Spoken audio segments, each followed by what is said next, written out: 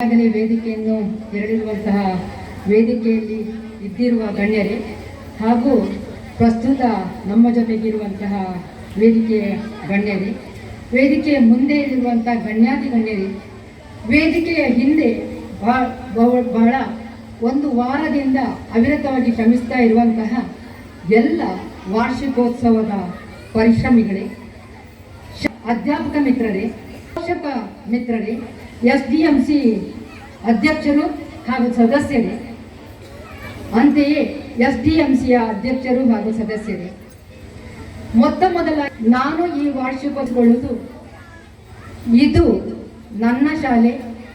ನಾನು ಇಲ್ಲಿಯ ಒಂದು ಪ್ರೌಢ ಹಳೆ ವಿದ್ಯಾರ್ಥಿ.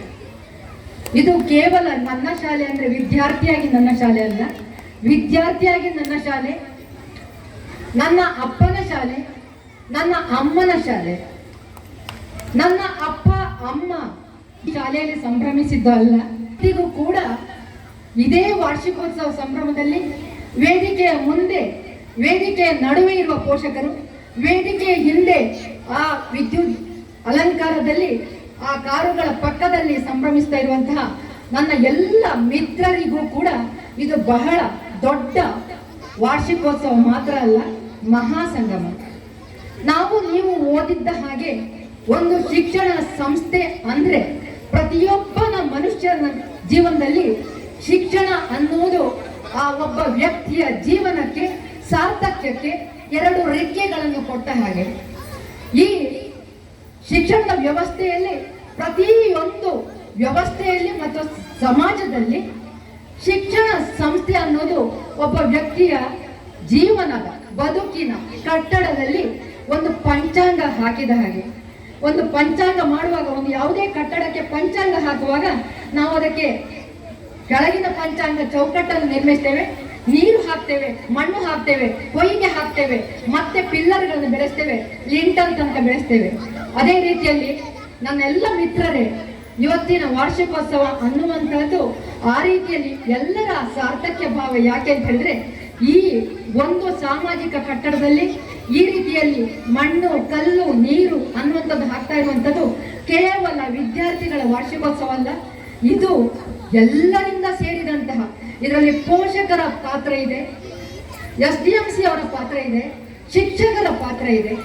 ಮತ್ತೆ ನೀವೆಲ್ಲರೂ ಕೂಡ ಅನುಭವಿಸಿದ ಒಂದು ಸತ್ಯವಾದ ಮಾತೇನಂತ ಹೇಳಿದ್ರೆ, ನಾವೆಲ್ಲರೂ ಕೂಡ ಸರಕಾರಿ ಶಾಲೆಯಲ್ಲಿ ಓದಿ ಬಂದಂತ ಮಕ್ಕಳು. ಈ ಸರಕಾರಿ ಶಾಲೆಯಲ್ಲಿ ಓದಿ ಬಂದಂತ ಮಕ್ಕಳು ಜಗತ್ತಿನಾದ್ಯಂತ ಎಷ್ಟೆಷ್ಟೋ ಸಾಧನೆ ಮಾಡಿದ, ನಮ್ಮ ಭಾರತದಿಂದಾಗ್ಲಿ ಅಥವಾ ಯಾವುದೇ ದೇಶದಲ್ಲಿ ಆಗ್ಲಿ ಒಟ್ಟು ಸಾಧನೆ ಮಾಡಿದ ವ್ಯಕ್ತಿಗಳ ಪಟ್ಟಿಯನ್ನು ಮಾಡಿದ್ರೆ ಅದರಲ್ಲಿ 90% ಮಕ್ಕಳು ಕನ್ನಡ ಶಾಲೆಯಲ್ಲಿ ಓದಿದಂತವರು ಬಂದಿರ್ತಾರೆ. ಆ ಕನ್ನಡ ಶಾಲೆಯಲ್ಲಿ ಓದಿದಂತಹ ಮಕ್ಕಳು ಎಂದಿಗೆ ಸಹ ಸ್ನೇಹಿತರೆ ಇಂಜಿನಿಯರಿಂಗ್ ಮಾಡಿ IT ಅಥವಾ BPOದಲ್ಲಿ ಅವರು ಖಂಡಿತವಾಗಿಯೂ ಅವರು ಡಿಪ್ರೆಷನ್ಗೆ ಒಳಗಾಗಲಿಲ್ಲ. ಓದ್ತಾ ಇರುವಾಗ ಅವರು ಸುಸೈಡ್ ಮಾಡಿಕೊಳ್ಳಿಲ್ಲ. ಕನ್ನಡ ಶಾಲೆಯಲ್ಲಿ ಓದಿದಂತಹ ಮಕ್ಕಳ ಜೀವನದಲ್ಲಿ ಯಾರೂ ಕೂಡ ಅವರ ಜೀವನದಲ್ಲಿ ಡೈವರ್ಸ್ ಆಗಲಿಲ್ಲ, ಆಗುವುದೂ ಇಲ್ಲ. ಕನ್ನಡ ಶಾಲೆಯಲ್ಲಿ ಓದಿದಂತಹ ಮಕ್ಕಳು, ಹೆಣ್ಣು ಮಕ್ಕಳಾಗ್ಲಿ ಗಂಡು ಮಕ್ಕಳಾಗ್ಲಿ, ಆ ಮನೆ ಎಂದಿಗೆ ಸಹ ಮುರಿದಿಲ್ಲ. ಹಾಗಾಗಿ ಇವತ್ತು 97 ಮಕ್ಕಳು ಅಂತ ಹೇಳುದಲ್ಲ, ಈಗಾಗಲೇ ಹೇಳಿದಂತೆ ಇವತ್ತಿನ ಈ ಸವಾಲಿನಲ್ಲಿ ನಮ್ಮ ಉದಾಹರಣೆಗೆ ನಾನು ಕೂಡ ಒಂದು ಇಂದಿಗೂ ಕೂಡ ಒಂದು ಸರಕಾರಿ ಶಾಲೆಯ ಪ್ರಾಧ್ಯಾಪಕಿಯಾಗಿ ಕೆಲಸ ಮಾಡ್ತಾ ಇದ್ದೇನೆ. ಸ್ನೇಹಿತರೆ, ನಮ್ಮ ಮಂಗಳೂರಿನಲ್ಲಿ ಎಲೋಷಿಯಸ್ನಲ್ಲಿ ಇಂದಿಗೂ ಕೂಡ ಇದು ಸತ್ಯವಾದಂಥ ಮಾತು. ಎಲೋಷಿಯಸ್ನಲ್ಲಿ ಇವತ್ತು 400ರಿಂದ 500 ಮಕ್ಕಳಿದ್ದಾರೆ, ಕೆನರಾದಲ್ಲಿ 400ರಿಂದ 500 ಮಕ್ಕಳಿದ್ದಾರೆ. ಆದರೆ ಬಲ್ಮಠ ಕಾಲೇಜು ಸರಕಾರಿ ಕಾಲೇಜಿನಲ್ಲಿ, ವಿಶ್ವವಿದ್ಯಾನಿಲಯ ಕಾಲೇಜು ಹಂಪನಕಟ್ಟೆಯಲ್ಲಿ, ರಥಬೀದಿಯಲ್ಲಿರುವಂತಹ ಸರ್ಕಾರಿ ಪ್ರಥಮ ದರ್ಜೆ ಕಾಲೇಜಿನಲ್ಲಿ, ಈ ಎಲ್ಲ ಕಾಲೇಜುಗಳಲ್ಲೂ ಕೂಡ ಇವತ್ತಿಗೂ ಕೂಡ 2,500-3 ಸಾವಿರ ಜನ ಎಲ್ಲಿಂದ ಬರ್ತಾರೆ.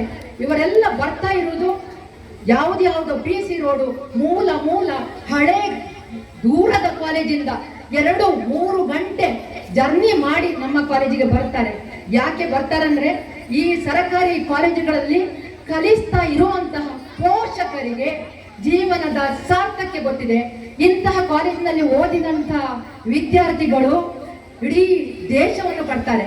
ಇವತ್ತಿಗೂ ಕೂಡ ಯಾವುದೇ ವ್ಯವಸ್ಥೆಯಲ್ಲಿ ಗ್ರಾಮ ಪಂಚಾಯತ್ ಆಗಲಿ ಅಥವಾ ಯಾವುದೇ ತಾಲೂಕು ಆಗಲಿ, ದಕ್ಷಿಣ ಕನ್ನಡ ಜಿಲ್ಲೆ ಆಗಲಿ ಅಥವಾ ರಾಜ್ಯ ಆಗಲಿ, ಪಾರ್ಲಿಮೆಂಟ್ ಆಗಲಿ, ಇಲ್ಲಿ ಹೋಗ್ತಾ ಇರುವಂತಹ ದೊಡ್ಡ ದೊಡ್ಡ ರಾಜಕೀಯ ನಾಯಕರು ಬೆಳೆಯುವಂಥದ್ದು ಈ ಸರ್ಕಾರಿ ಶಾಲೆಗಳಲ್ಲಿ. ಯಾಕೆಂದ್ರೆ ಈ ಮುಖಂಡತ್ವ ನಾಯಕತ್ವಕ್ಕೆ ಬೇಕಾಗಿರುವಂಥದ್ದು ಸರಕಾರಿ ಶಾಲೆಯಲ್ಲಿ ಇರುವಂತಹ ವಾಸ್ತವ ಬದುಕಿನ ಹೋರಾಟ ಮತ್ತು ಸವಾಲುಗಳ ಅನುಭವ. ಈ ಅನುಭವಗಳು ಇನ್ನು ಎಲ್ಲೂ ಸಿಗಲಿಲ್ಲ, ನಮಗೂ ಸಿಗಲಿಲ್ಲ, ನಮ್ಮ ಯಾವ ಪೋಷಕ ವರ್ಗದವರಿಗೂ ಸಿಗಲಿಲ್ಲ. ಆದರೆ ಈ ಅನುಭವ ವರ್ಗ ಯಾವ ಇಂಗ್ಲಿಷ್ ಮಾಧ್ಯಮ ಶಾಲೆಯಲ್ಲಿ ಸಿಗುವುದಿಲ್ಲ. ಈ ರೀತಿಯಲ್ಲಿ ನೋಡಿದ್ರೆ ನಾವು ಲೆಕ್ಕ ಹಾಕಿಕೊಂಡ್ರೆ ಇಂಗ್ಲಿಷ್ ಮಾಧ್ಯಮದಲ್ಲಿ ಓದಿದಂಥ ವಿದ್ಯಾರ್ಥಿಗಳಲ್ಲಿ ಧೈರ್ಯ ಸಾಕಾಗುವುದಿಲ್ಲ. ಏನೋ ಮಾತನಾಡಲಿಕ್ಕೆ ಅದು ಕೂಡ ಒಂದು ಯಾವುದೇ ಜೀವನದ ಒಂದು ಸಣ್ಣ ಸವಾಲು ಬಂದರೆ ನಡಗಿ ಬಿಡ್ತಾರೆ, ಸೋತು ಬಿಡ್ತಾರೆ. ಯಾಕೆಂದ್ರೆ ಅನುಭವದ ಕೊರತೆ ಇದೆ.